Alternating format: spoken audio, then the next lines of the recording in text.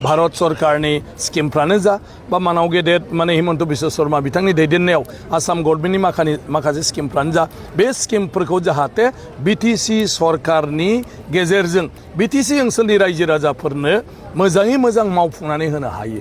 मानाव गेदेर बिटिसिनि चिफ प्रमद बर' सारजों लोगोसे इउपिपिएल सरकारा जोंनि बिटिसिआव थानाय गोबां रायजो राजाफोरनो गोबां रांनि अनसुंथाइ, गोबां अरुनोदय, गोबां स्किमफोर होबाय होननानै बुंबाय थानायनि सायावनो दिनै मानाव गेदेर आसाम आयेन आफादनि बुंथिगिरि बिस्वजित दैमारी सारा रोखा बाथ्रा बुंफैनायखौ जों नुनो मोन्दों। रायजोफोर दिनै प्रमद बर' सारनि हेंथायै लोगोसे हाग्रामा महिलारनि बागै दिनै स्पिकार बिस्वजित दैमारी सारा मा बाथ्रा बुंखो स' नोंथांमोना जोबजासे नायलांबानो जाबाय जे बिटिसि सरकारा जोंनि बिटिसिआव थानाय गोबां रायजो राजाफोरनो अरुनोदय रांजों लोगोसे गोबां स्किमफोर राननानै होबाय होननायनि सायावनो दिनै बुंथिगिरि स्पिकार बिस्वजित दैमारी सारा बाथ्रा बुंदों जे आरो बे बाथ्राया मा नोंथांमोना खोनासंलांबानो जाबाय जे जोंनि भारत सरकार आरो आसाम सरकारनिफ्राय हरनाय स्किमफोरखौसो बिटिसि सरकारा राननो मोनो होननानै मानाव गेदेर बिस्वजित दैमारी सारा रोखा बाथ्रा बुंनायखौ जों नुनो मोन्दों।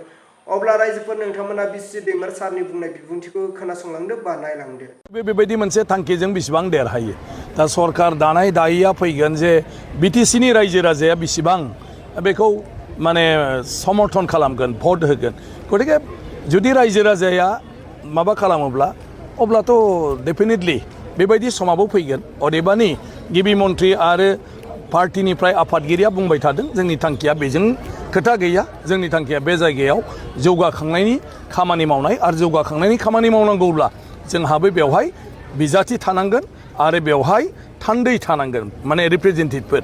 अब्लासो सरकारनि नरेन्द्र मदि बिथांनि दैदेननायाव भारत सरकारनि स्किमफ्रानो जा बा मानाव गेदेर माने हिमन्त बिश्व शर्मा बिथांनि दैदेननायाव आसाम गभर्नमेन्टनि माखासे स्किमफ्रानो जा बे स्किमफोरखौ जाहाथे बिटिसि सरकारनि गेजेरजों बिटिसि ओनसोलनि रायजो राजाफोरनो मोजाङै मोजां मावफुंनानै होनो हायो। सरकार दानो हायाबाबो सरकारनि नोजोराव होबाय थानो हागोन जे दिनैहाय अरुनोदयखौ मोजाङै खालामाखै, दिनैहाय माने महिला उद्यमिता आसनिखौ मोजाङै खालामाखै, दिनै रेशन कार्डफोरखौ माने मोजाङै दाबो मोनजोबनाय जायाखै।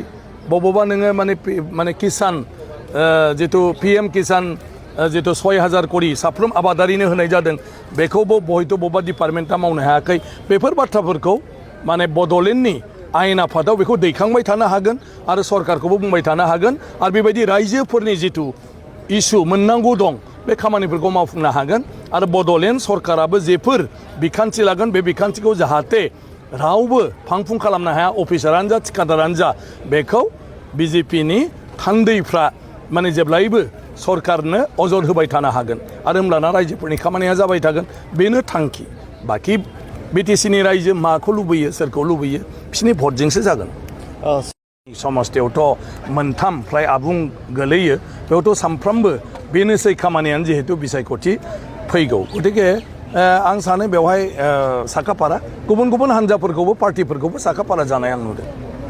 जोंखौ फोरमायहरनाय बायदिबा 2 आगस्टनिफ्राय बिथाङा बिटिसिनि मोनसे समस्थियाव दावबायफैगोन आरो गासैबो समस्थियावनो बिथाङा दावबायनायनि बाथ्रा बुंहरदों। अदेबानि थारिखआ बबे समस्थियाव माब्ला जायो फिक्स बे सानसे साननैयाव केलेन्डारखौ हरगोन, अब्ला मोनथिनाय जागोन। मुख्यमन्थ्रिया बा गिबि मन्थ्रिया मोननै थांखि, मोनसेया जाबाय बिथांनि गोबां माने स्किमफोरबो दं बेफोरखौबो बिथाङा खामफालांदों। मानो होननानै बुङोब्ला इलेक्सनाव जेब्लानोखि माने कड अफ कन्डाक्ट जायो अब्ला जेबो खामानि मावनो हानाय नङा। ओंखायनो बिनि सिगां जोंबो जोंनि बे पानेरि समस्ति, आंबो बेवहाय आंनि समस्ति खिनियाव बा भेरगाव समस्ति बेवहाय जोंहा गोबां स्किम दं।